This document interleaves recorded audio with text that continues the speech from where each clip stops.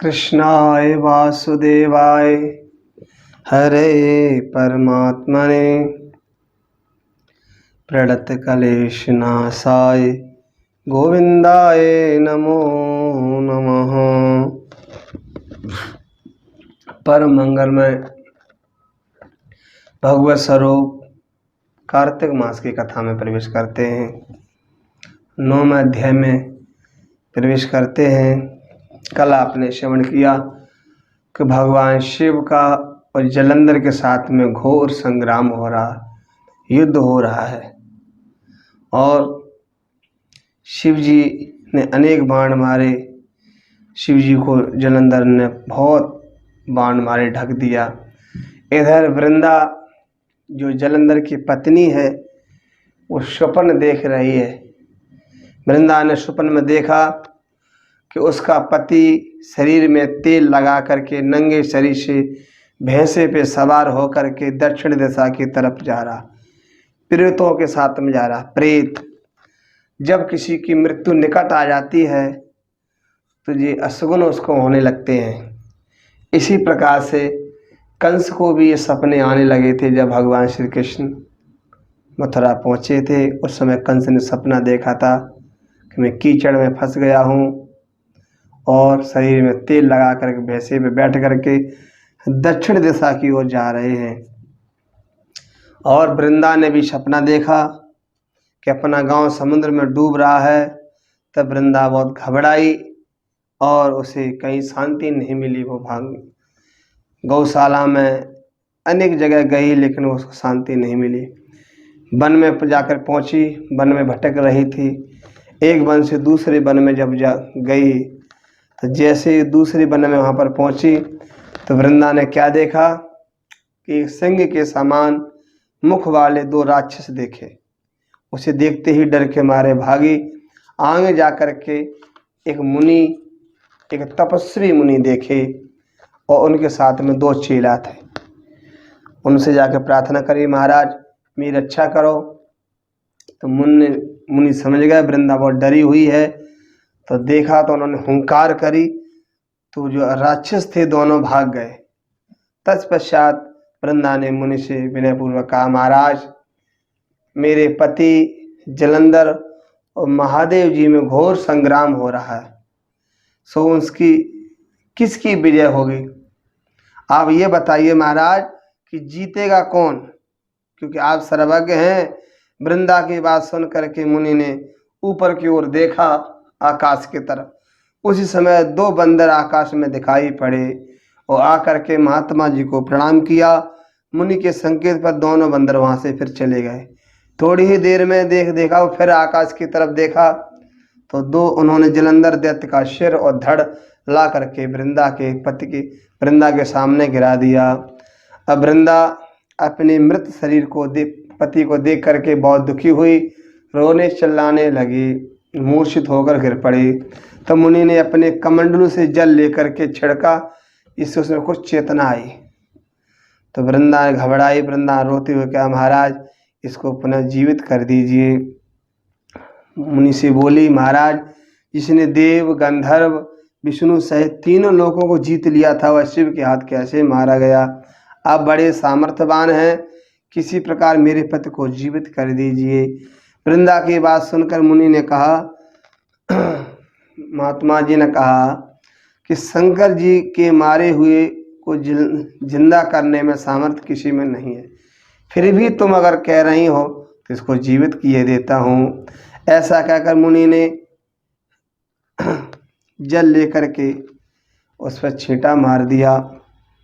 कह करके मुनि अंतर ध्यान हो गए और जलंधर जीवित होकर वृंदा के साथ में प्रेम लाभ करने लगा।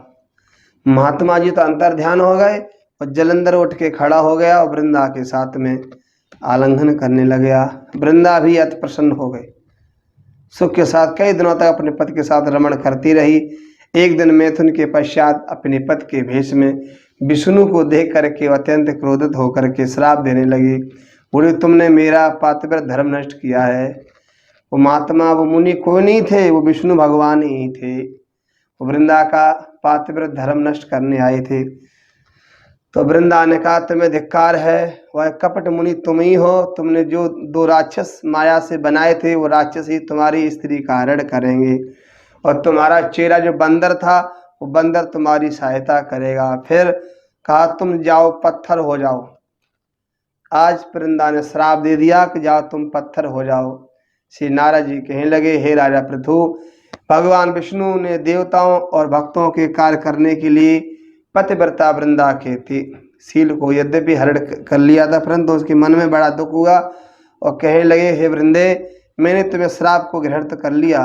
भगवान ने कहा मैंने तुम्हारा श्राप को स्वीकार किया, इसलिए मैं अवश्य इस शिला रूप हो जाऊंगा, परंतु तुम भी वृक्ष रूप होकर मुझे ही प्राप्त हो जाओगे। भगवान विष्णु ने भी कह दिया तुम भी अगले जन्म में वृक्ष बनोगी, तुलसी की वृक्ष बनोगी, मुझे ही प्राप्त हो जाओगे। अपने पति के चरण कमलों का ध्यान करके विष्णु को मना करने पर भी अग्नि में प्रवेश कर गई वृंदा। विष्णु भी उसकी याद करके उसकी चिता भस्म में लौटने लग गए। नारद जी कहने लगे उधर युद्ध में जलंधर और शिव जी का बलवान समझ करके एक राक्षसी माया से पार्वती बनाई।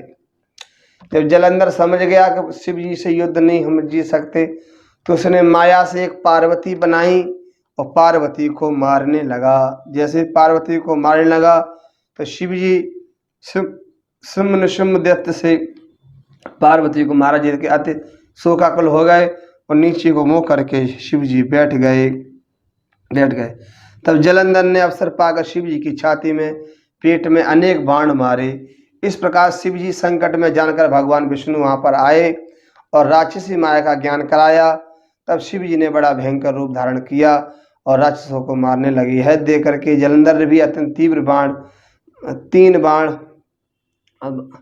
मारकर नंदी आदि को भगा दिया, परंतु शिव जी के बाणों के आगे शुम्भ भी नहीं ठहर सके और भाग खड़े। तब शिव जी ने उसको श्राप दिया कि तुम रण से भाग खड़े हो, इसलिए पार्वती के हाथे मारे जाओगे। उधर जिस समय वृंदा का पात्र धर्म नष्ट हुआ था, तभी जलंधर की आयु और बल समाप्त हो गया था।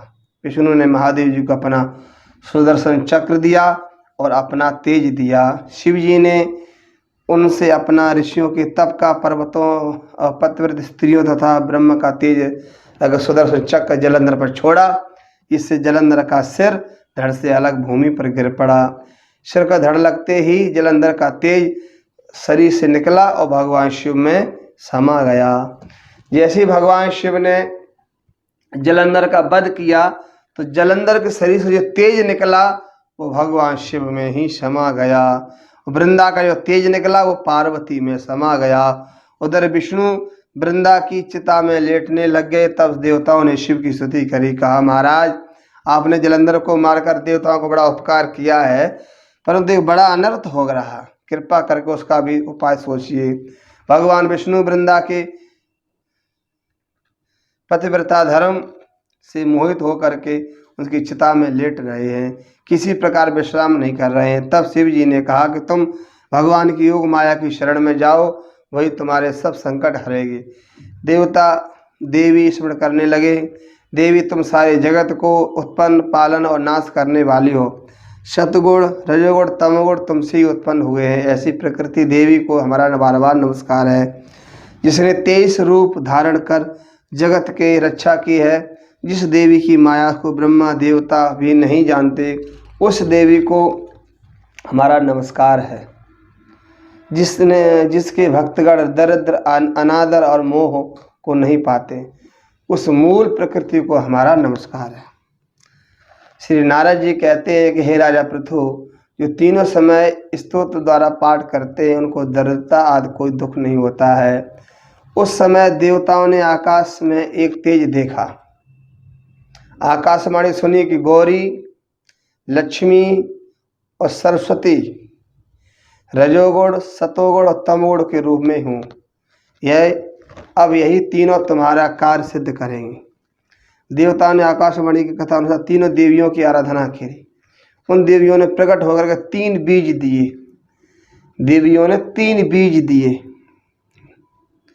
और कहने लगी कि इन तीनों बीजों पर जहाँ पर विष्णु, वहाँ जाकर बो दो। जहाँ भगवान विष्णु लेट रहे हैं वहीं जाकर इनको गाड़ दो, बो दो जमीन में, तुम्हारा कार्य सिद्ध हो जाएगा। देवताओं ने तीनों बीजों को जहाँ वृंदा की चिता पर भगवान बैठे वहाँ जाकर के गाड़ दिए। उन तीनों में से 3 वृक्ष उत्पन्न हुए। रजोगुण से सरस्वती से आंवला, तमोगुण गौरी से तुलसी और सतोगुण लक्ष्मी से मालती हुई। श्री लक्ष्मी ने अपना बीज ईर्ष्या युक्त होकर के दिया था, इसी कारण मालती भगवान की पूजा में निंदित है। आंवला और तुलसी भगवान को अति प्रिय है। इस प्रकार वृंदा ने तुलसी होकर भगवान सालग्राम का संयोग पाया। इसी से कार्तिक के उद्यापन और भगवान की पूजा में तुलसी मूल में होती है। जब तक भगवान सालग्राम पर तुलसी नहीं चढ़ेगी तब तक सालग्राम भगवान की पूजा अधूरी मानी जाएगी। इसलिए सालग्राम पर हमेशा तुलसी को चढ़ाना चाहिए, तुलसी दल को। अनारा जी कहने लगे, जिस घर में तुलसी का वृक्ष होता है वह घर तीर्थ स्वरूप हो जाता है, उसमें यमदूत कभी नहीं आते हैं। जो तुलसी का वन लगाते हैं वे कभी यमपुरी नहीं देखते हैं। नर्मदा, गंगा स्नान और तुलसी के दर्शन ये तीनों बराबर हैं। तुलसी लगाने से, सींचने से, दर्शन से काया वाचा मनसा तीनों प्रकार के पाप नष्ट हो जाते हैं। जो मंजरी युक्त तुलसी विष्णु को पूजा करता है वह मोक्ष को पाता है। गंगा, पुष्कर आदि तीर्थ, ब्रह्मा सब देव तुलसी में वास करते हैं। जितना ही पापी क्यों न हो, कितना ही पापी क्यों न हो, तुलसी मंजरी युक्त जिसके प्राण निकल गए वह परम गति को प्राप्त हो जाता है। जो कोई अपना शरीर जब छोड़ता है संसार से तो उसके मुख में तुलसी दल जरूर डालना चाहिए, तो उसकी परम गति हो जाती है। जो मनुष्य तुलसी और आंवले की छाया में अपने पितरों का श्राद्ध करता है उसके पितर अच्छे तृप्ति को प्राप्त होते हैं। जो मनुष्य आंवले के फल को मस्तक पर और मुख में हाथ में रखता है वह साक्षात विष्णु के समान हो जाता है, जीवन मुक्त हो जाता है। जो मनुष्य आंवला तुलसी मिले हुए जल से स्नान करता है वह स्नान का फल पाता है। जो कार्तिक के महीने में आंवले की छाया में भोजन करता है उसके अन्न संसर्ग से सब पाप नष्ट हो जाते हैं। तुलसी, आंवला और रुद्राक्ष माला पहनने से धर्म, अर्थ, काम और मोक्ष चारों पुरुषार्थ प्राप्त होते हैं। नारद जी कहते हैं कि हे राजा पृथु, तुलसी और आंवले का महात्म ब्रह्मा भी कहने में असमर्थ है। जो कोई इस कथा को पढ़ता है, सुनता है, वह भगवान के वैकुंठ को प्राप्त हो जाता है। बोल भक्त वत्सल भगवान की जय। कृष्णाय वासुदेवाय हरे परमात्मने प्रणत क्लेश नाशाय गोविंदाय नमो